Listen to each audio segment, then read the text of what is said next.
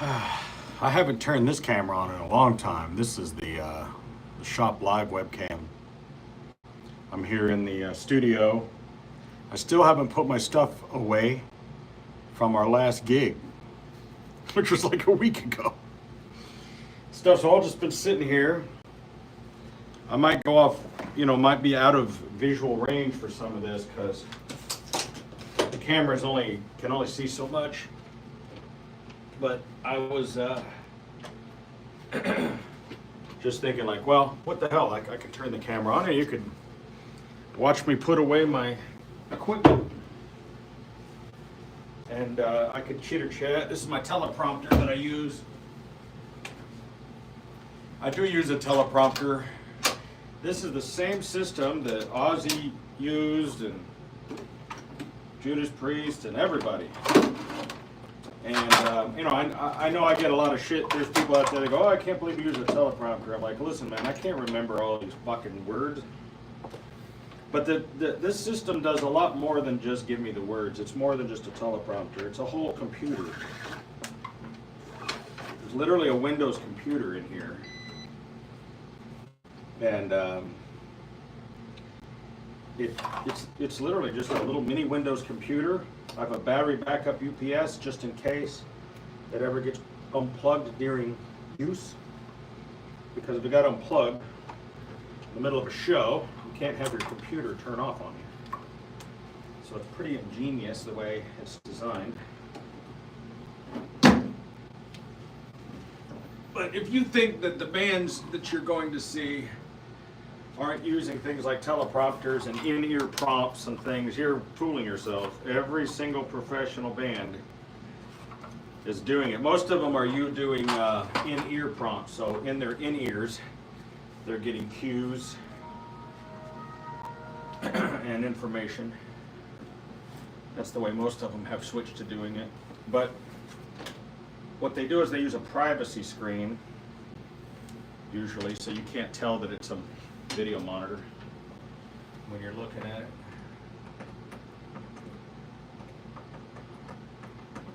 And also, they're not operating it themselves like I am. They have someone off stage, operating the thing for them.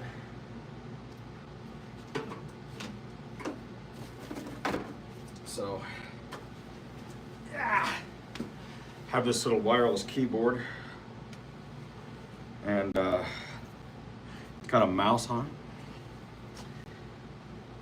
And I have a program that recognizes the little foot pedal, and you can just assign the foot pedal to any key on here, like up and down. And then I'm basically just using Microsoft PowerPoint to operate the thing. That's how we do it. Bob the Builder, thank you. Let's see. Oh, this thing is loose. I gotta fix that. I might be off camera here, unfortunately. But I gotta set up oh my God, my microphone. Oh, it's so heavy. That's so heavy. So unfortunately, I'm just gonna have to be off camera. Sorry. Whilst I do this. But shit.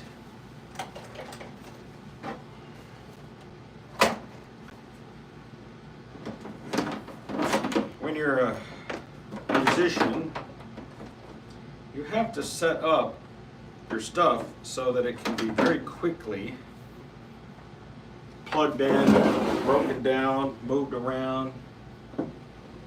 You have to be able to get on and off stage as quickly as you possibly can. And you got to be able to have everything ready. You can't be doing rehearsals. Your shit's supposed to be ready to go when you get there. You're not supposed to be tuning and tweaking and shit when you get there. You're supposed to have all that already done. And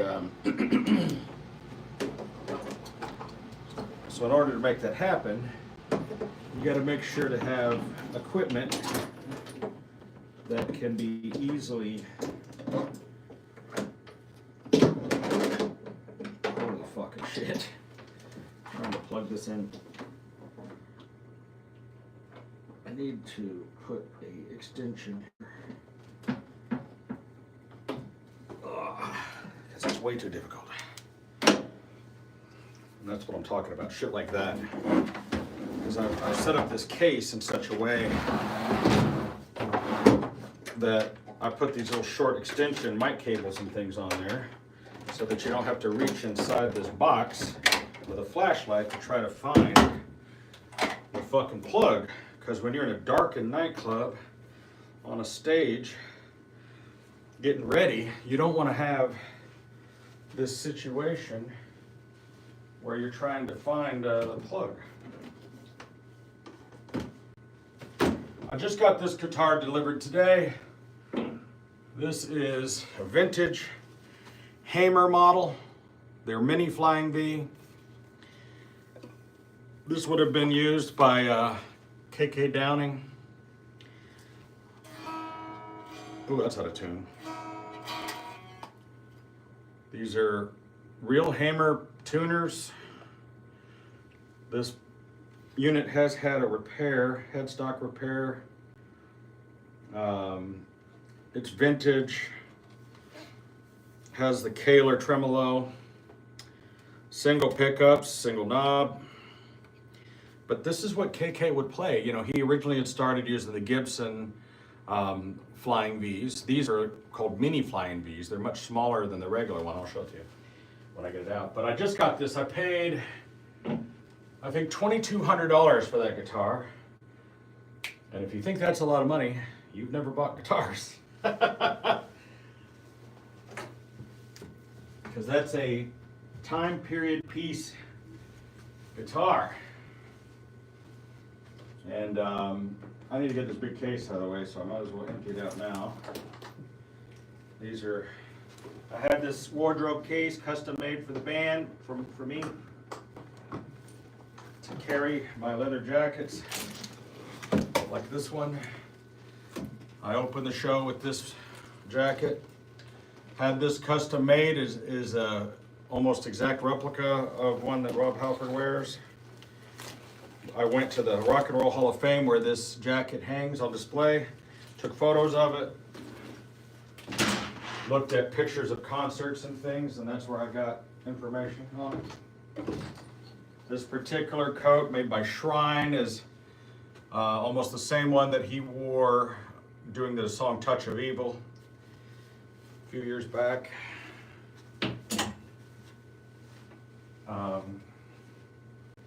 Oh my God, this one is so heavy. This one I use during Hellbent for Leather. This jacket probably weighs a good 20 pounds or more. It's one of my closing numbers. Some of these other ones are the shorter jackets, a lot more comfortable. This one having the sign of the Midlands on the back.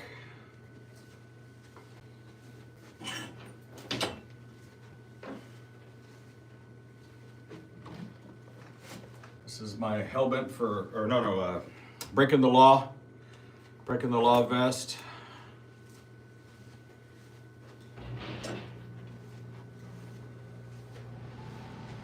Now this is just a vest that I wear. It's my battle vest. I wear this, I go to concerts and I wear this. And these are snaps back here. I can change this back patch out whenever I want to other different things. So I have various patches on here, bands I like, and Rob does the same thing. You'll see he does that. I've got Ministry, Sex Pistols, Christian Death, Depeche Mode, Ramones, The Cure, Lost Boys movie, Bauhaus, David Bowie, Rocky Horror Picture Show, Dio, Slayer, Judas Priest, Sisters of Mercy, Twisted Sister, David Bowie, Kiss, Elvira, Morrissey, Plasmatics, Danzig, You know, I must be missing a patch that was there. I'm sure there was something there. That must have come off. Anyway. Figure out what that is. This is a shirt that I had made for our guitar player. It's very similar to one that Glenn Tipton would wear.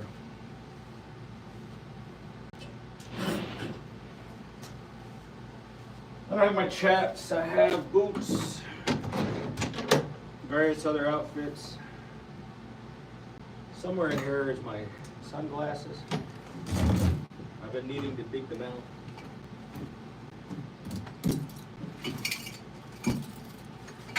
There they are. There's my glasses. These are standard Ray-Bans. I've been wearing these. I just got these. These are Prada. What's cool about them is notice, well, you're going to see them in red light, but they're red chromatic.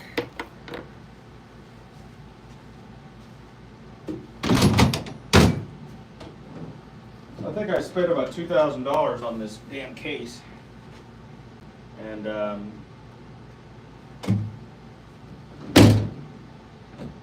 but I needed a wardrobe case so I could operate, you know. I can't just take all that shit and have it laying around in bags. And that's kind of the difference between your professional bands and your bands that are just bullshit. You know, having your shit together in all things. Having the correct guitars, the correct pedals and settings, cases, being professional, showing up on time and having your shit together. I'm not going to name any names or talk shit about any other bands, but I can just tell you that I know for certain that other bands that I might be in competition with are nowhere near on our level of what we do. They're not even fucking close.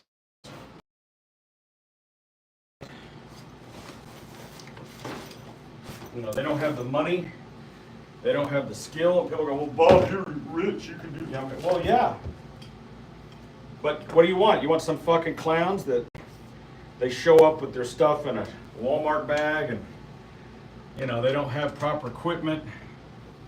And they're going to argue, oh man, we operate on pure talent alone. Oh, okay. Is that why I'm standing here waiting for you to get your shit together? If you're not, I mean, I get it. This stuff's expensive. And people are like, hey, I can't afford this kind of stuff like you, Bob. Well, then this ain't for you. Man, when you're putting together a band, these are factors. Do you have a rehearsal space? You know? Do you have equipment?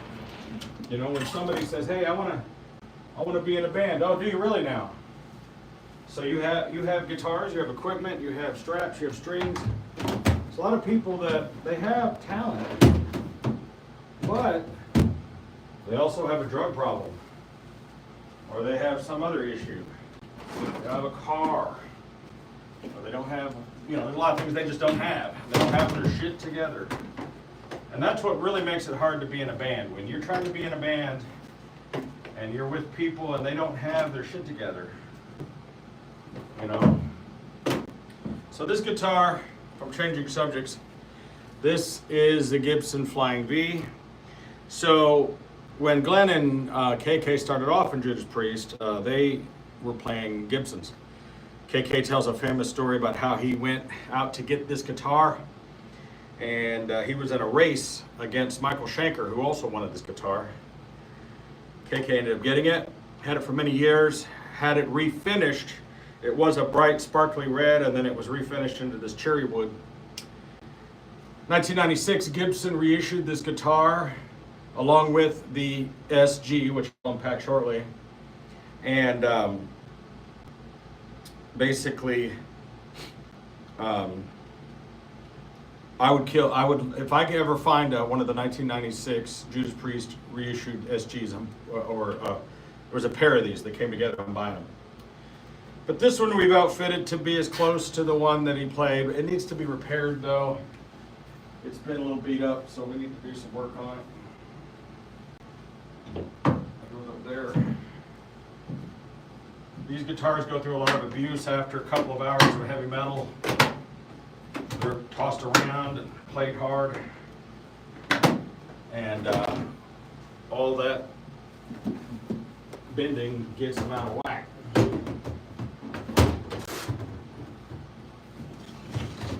So those need to be worked on. This guitar here is my Gibson SG. Now the SG is mostly known by fans of AC/DC.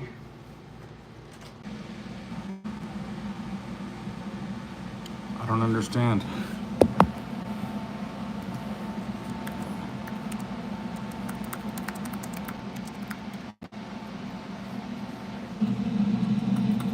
Oh wait, it came back. Let me mute this.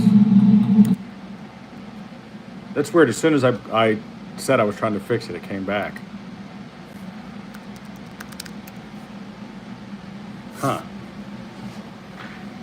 I don't know, man. I wonder when it died out, because I've been sitting here yapping on for fucking 20 minutes. Stupid. All right, well. God damn it.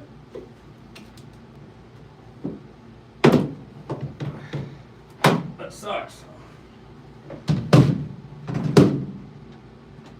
Because I did a lot and said a lot. Showing off these guitars and all this other stuff that I was doing.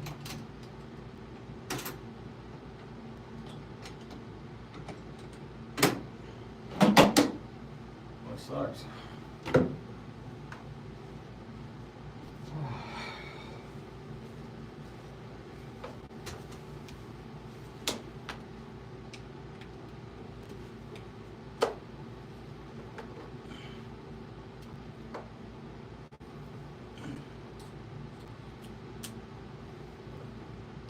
How long has it been off?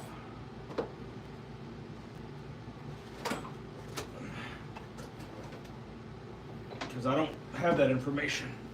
How long was I out? Is it working now? That sucks, I'm sorry. 10 minutes? Fuck! Man. That sucks. You missed everything I was just talking about.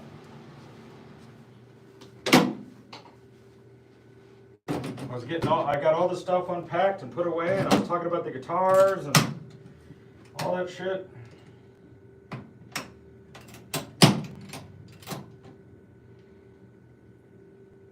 They need to make like some kind of thing where the screen flashes at you or makes a noise, or it doesn't let you know that you're not working, that you can't, you know. I wouldn't have a way of knowing. That sucks. And I can't just sit here and check on it the whole time. Anyway, watching for a few dollars more at the same time. I don't know. So, well, I don't know if you saw this part. I just got this delivered today, so I'll start over. This is a Hamer, a vintage Hamer guitar. KK Downing of Judas Priest. He started off playing let me start over actually. So he would have started off playing this. This is the Gibson's Flying V. He tells a famous story about how when he was first getting into the music, he rushed down to the music store to buy this and beat Michael Schenker to it, who also wanted it. It was originally a flashier color red. He had it refinished at one point, and they did it in this darker cherry. And he still has this, and they played it for a long time. And 1996, Gibson reissued this guitar along with Glenn's SG as a pair. And I think they only made like 100 sets of them. If I ever find one, I'm going to get it. So, yeah, this guitar has the Gibson 57s on it. During that same time, Glenn Tipton would have been playing this. This is a black SG, SG standing for solid guitar. Has a stainless steel pickguard. This is a 1996 model Gibson. It's a little beat up, but you know, it's heavy metal. And this is what Glenn used to play. But Glenn and KK made a deal with Hamer Guitars.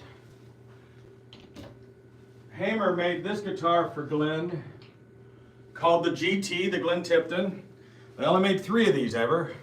So this guitar was never manufactured and sold. This is a replica that I had made. I had a company in China make this body for me and send it to me. Then I took it to my buddy Glenn Rosado, and we put in this Kaler. I put this Kaler in, tremolo, and these are Glenn Tipton's signature EMG pickups and all hardware. So all the hardware on it and everything is genuine, but you could never buy this guitar. They made 3 of these for him, this white and black one. They made a black and white one and then a cream one. And this is, he played this. His other Hamer that he plays is called the Phantom, which is a more of a Fender style, or a Stratocaster style, I should say. And then Glenn really liked the look of the Flying V, but he went with Hamer as well. So Hamer made this, which is the Mini V, much smaller V. KK's a small little guy, I've met him. And this is probably from the 80s. I just got this delivered today. I paid $2,200 for this guitar with the case and shipping and everything. Kaler with a single tremolo. Kaler tremolo is located here in Las Vegas. Now, the one he had a white pickguard. I'm going to change that out. But it almost looks like this one's been painted black. I can't tell. But anyway, yeah. So just added this to the fleet today. And, you know, I take my tribute band really seriously, our Judas Priest tribute band. The costumes are all replicated. The guitars are all replicated. We do everything we can to give you the look and the feel and the sound of the Judas Priest band. The costumes, the choreography, the things that Rob says on stage, you know. We're like, you know, I get up there, we're gonna go back to 1980 now, to the British Steel album. Got a little rocker with the Lord, and you know what it is? It's breaking the what? You know. So we do all that stuff on stage to give you the real authentic experience. Rob Halford and Judas Priest have announced that they're retiring this year. They're gonna do their final tour this year. I mean, the dude's in his mid-70s, man, you know. So I don't blame him. See how you guys, Clint Eastwood movie? I don't know what that means. Is everything still working, guys? So it looks like I got most of this stuff put away. I sure could go for a Coke right now. Still trying to get over, I had a root canal the other day, and I'm still trying to get over it.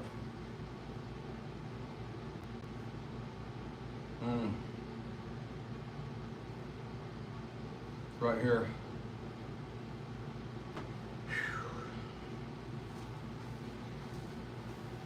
Anyway, bummer that we wasted 15 minutes or 20 minutes or 10 minutes, whatever.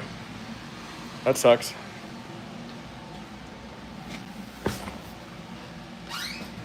I just haven't turned this camera on in a while, and I thought that I would today. So anyway, doesn't look like anybody's watching. Nobody cares. I don't blame you.